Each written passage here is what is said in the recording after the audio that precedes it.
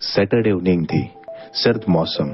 सोचा चलो श्रीमती जी के संग बाहर चलकर दोस्तों से मिला जाए और गर्मा गर्म चाय पी जाए। ठंडी हवाओं को चीरते चीरते हम आगे बढ़ रहे थे और जरा सी पीछे नजर कर ली अपनी जिंदगी की ओर। तुरंत श्रीमती जी ने कहा, अरे भाई साहब आगे देखिए। आगे था रास्ता और सामने थी रोशनी। जरा देखिए कितनी खूबसूरत लगती है ये रोशनी इस कोहरे में, इस धुंध में। बस इसी नजारे का मजा लेते लेते हम पहुंचने लगे अपनी मंजिल पर। चाय के कट्टे पर अब पहुंचे ही थे कि हमारे पीछे ज्वाइन किया हमें हमारे दोस्तों ने, स्वाति और विपुल ने। स्वाति ठंड से ठिठुर रही थी और हाथ भी मसल रही थी। सोचा चलो फटाक से देकर चाय का ऑर्डर देते हैं और इनकी ठंड दूर करते हैं। आहा भाई साहब, वो चाय वाले भैया जिस तरह से ग्लास में चाय भर रहे थे और जिस तरह से भापें निकल रही थी, हमसे तो रहा नहीं जा रहा था। पर क्या करें, वो जब तक हमारे ग्लास भरते तब तक हमारा ध्यान गया चाय की स्पेशलिटी पर।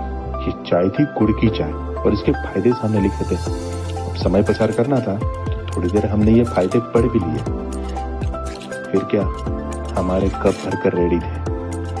कप की प्लेट उठाई और चल दिए हमारी गैंग की ओर। उतने में हमारे और दो दोस्तों ने हमें ज्वाइन कर लिया था, रीचा और विपुल ने।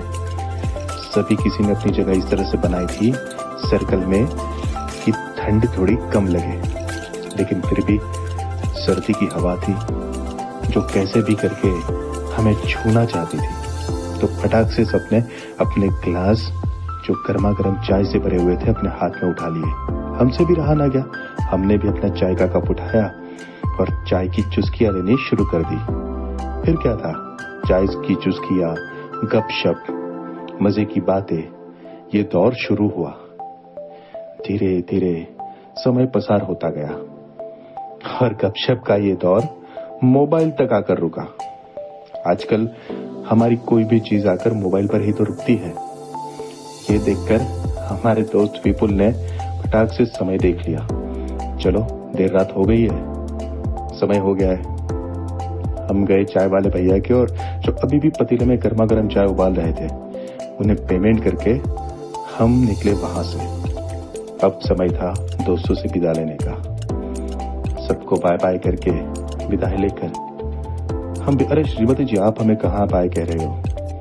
हमारे दोस्त चल पड़े अपने रास्ते पर, हम चल पड़े अपने रास्ते पर। लेकिन वहां पर एक इंसिडेंट हो गया। एक बंदा बेचारा इस ठंड में बंद बाइक को हाथ से धकेल कर ले जा रहा था। हमने जरा सी हेल्प कर दी और फिर उसे थोड़ा मंजिल तक पहुंचा देने के बाद हम भी पहुंचे अपनी मंजिल पर। अरे श्रीमती जी रुकिए, ये तो हमें बाय करके चल दिए।